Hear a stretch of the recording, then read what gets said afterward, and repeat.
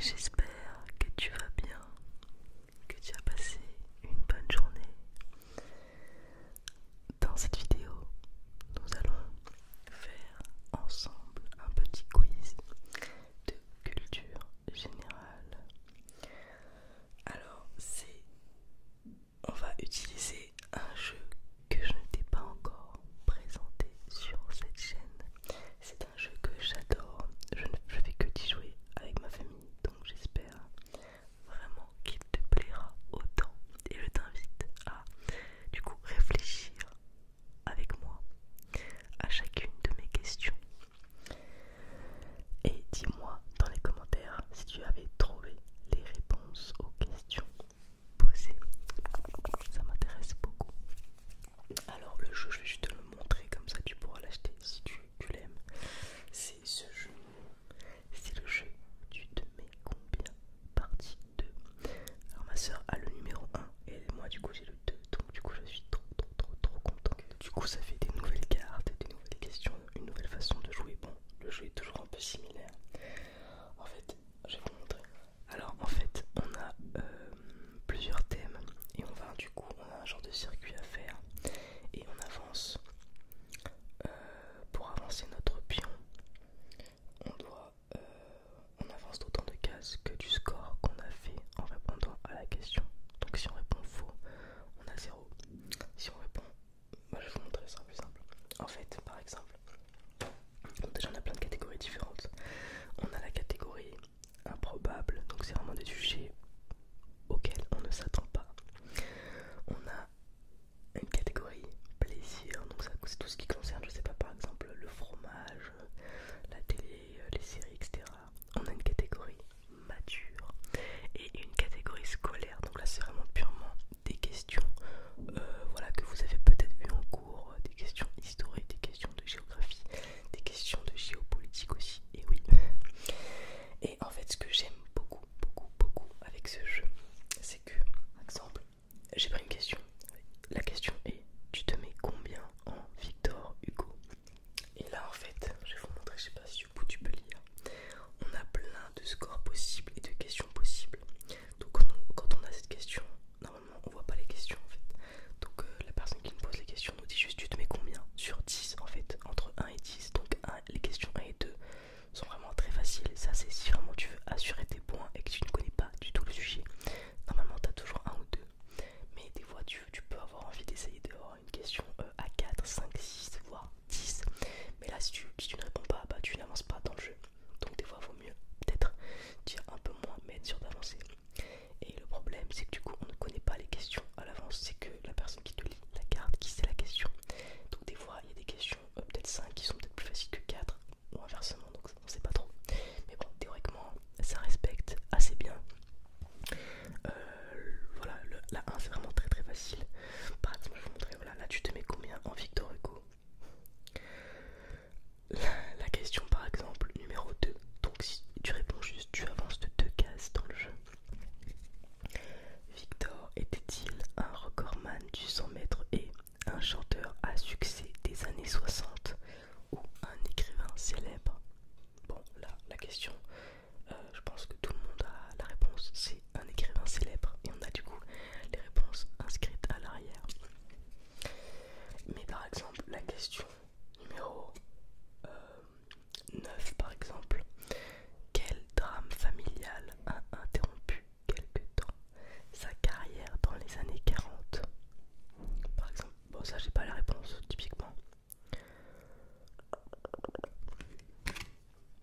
La réponse est... Ah oui si, en plus je le savais, mais bon bref, je sais pas pourquoi j'ai pas pensé à ça. Sa fille Léopoldine est morte noyée avec son mari en 1843 et Victor Hugo sortit un recueil de poèmes inspiré de cette tragédie. En plus c'est vrai, j'avais pris un poème. Bon bref, voilà. Et en fait, si on vraiment est expert par exemple sur le sujet, on va répondre plutôt des questions voilà, entre 7 et 10. Si on est moyen, entre 4 et 6. Si on est débutant, voilà, entre 1 et 3. Voilà, typiquement. Donc on va jouer ensemble à ce jeu. Je vais prendre des questions